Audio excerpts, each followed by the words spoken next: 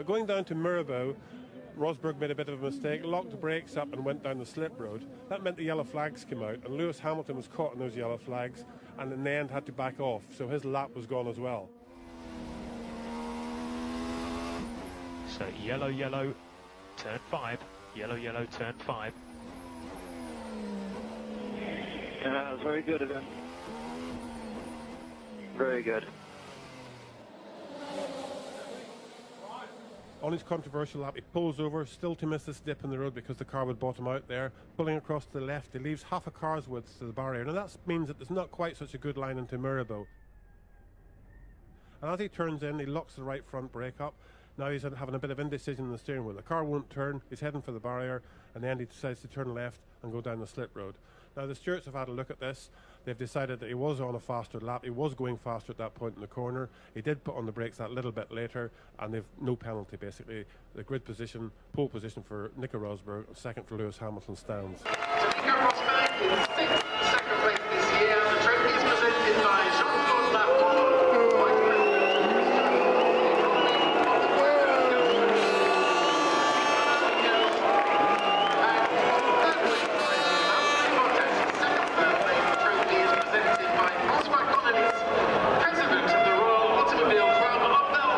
Well, Nico, an unenviable first for you today to be booed on the podium. Do you understand why they did it? They're British fans, so yes, I do understand, and that's not a nice feeling for me because I do respect their opinion. And all I ask is actually that they really prepare themselves well before having such an opinion.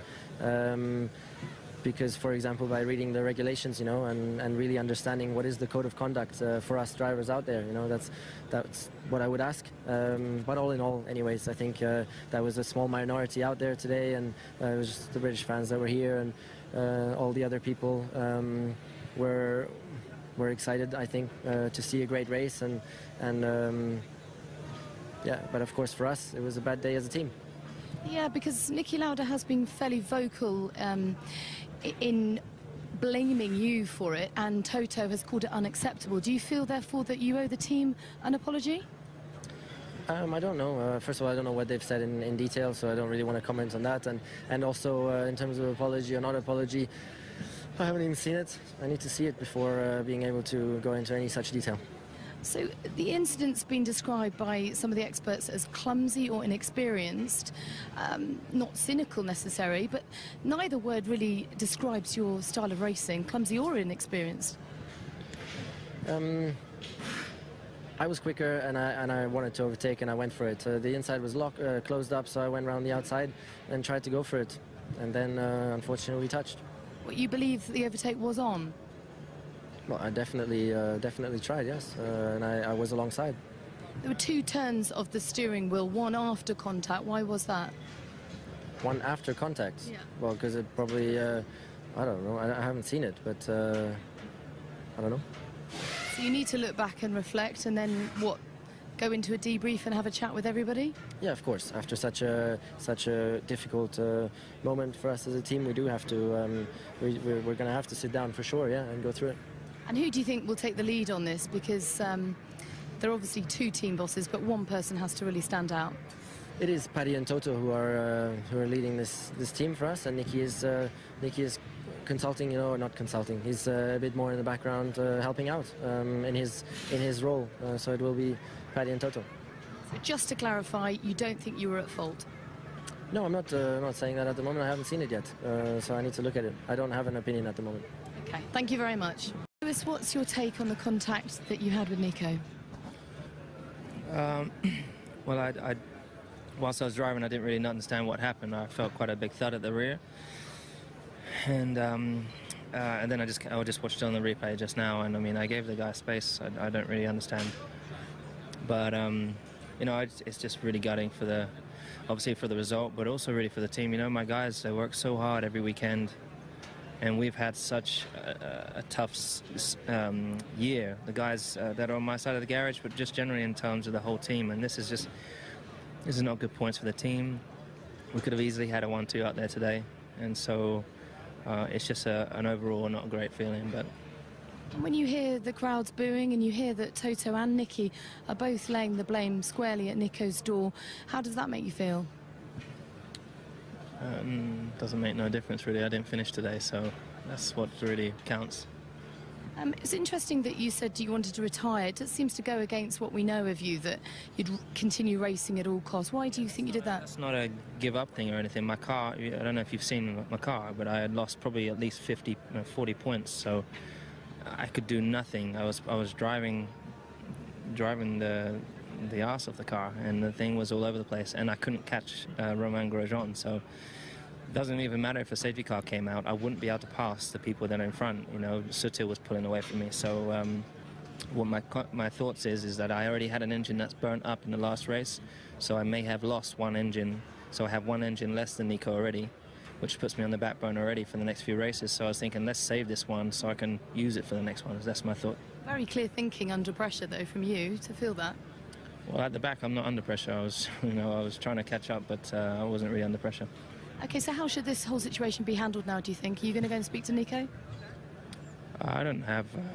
It's not my job to need to handle it. I'll keep doing my job with my engineers, and now I'm 30 points behind, or whatever it is, 29 points. So whatever it is, so it's going to be made it even harder. Who will take control then of the situation? I assume the team, but I would assume the team, but Specifically then? Who specifically? the bosses, Toto and Paddy. Thanks very much. Appreciate it.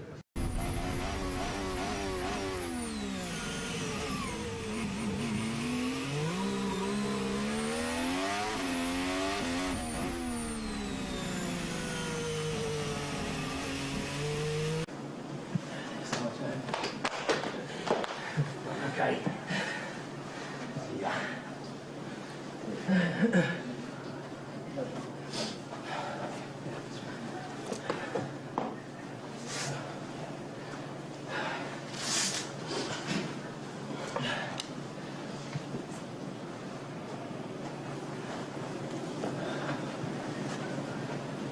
Where's the Stetson?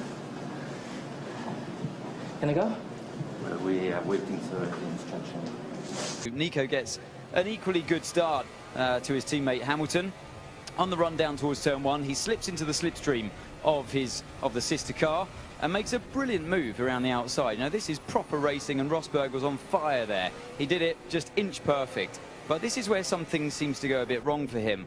During the corner, looking at Hamilton's onboard, you see that the rain light starts to flash on Rosberg's car. Now what this is when the car goes into harvesting mode, just coming up here. And at this point, round about now, so there we go, Rosberg starts to react to it. And just go to the full frame at this point. Oh, hang on a minute. I'll just rewind that for you, just so you can see what goes on. So he reacts to the rain light. The hand goes down and makes a switch change. Then he presses a button on the top left and then looks in the mirror as Hamilton's making his move, and that puts him onto the grass, and we all know what happens afterwards. So we'll go to the full frame. So here he goes then, Lewis Hamilton wheel to wheel with Nico Rosberg in towards turn two. His teammates got the inside line, they've touched again. Hamilton runs wide, and is he going to come onto the track and touch his teammate? He's now got damage. Nico Rosberg to his front wing. A dramatic conclusion to the Austrian Grand Prix saw Mercedes teammates Lewis Hamilton and Nico Rosberg collide as they battled for victory. But how did it come about? My brakes were on the edge, just getting too hot, and they went into passive mode, so the pedal changed quite a lot on that last lap, so that makes it a lot more difficult. So Rosberg was having problems braking, while Hamilton was on a different tyre strategy, and his soft tyres had better performance at this point than the super softs on Rosberg's car. So Hamilton was closing fast as they began the final lap. Here's what happened from his perspective. Nico made a mistake into turn one, clipped the inside curb and went wide, and I got a good run up on him. Up to turn two, he blocked the inside, and the only place I could go was down the outside. So I was on the racing line, and I went very wide, left him plenty of room, and as I started to turn, I was at the edge of the track. He collided with me, and then I came back onto the track as quick as I could, and it was very close between us there. And if he did have the brake problem, that'd be the reason he lifted off really early down the next straight, which we were racing on. But was it just his underperforming brakes and tyres, or an aggressive defence of the corner that led to the collision? It was a bit of both. I mean, for one, I was struggling to slow the car. Well, that's the main one, really. You know, just struggling to slow the car.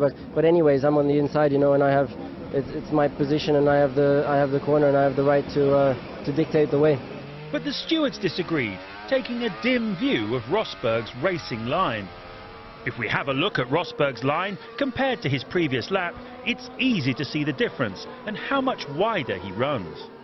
The stewards handed Rosberg a 10-second penalty and 2 points on his licence for failing to leave racing room for Hamilton and causing the collision, as well as a reprimand for then failing to stop in his damaged car, as Max Verstappen and Kimi Raikkonen both took advantage and swept by into the podium places. So Hamilton took the win, with Rosberg fourth, cutting his championship lead to just 11 points. With tensions high, all eyes will be on the two Mercedes drivers once again when the action gets underway at the British Grand Prix this weekend.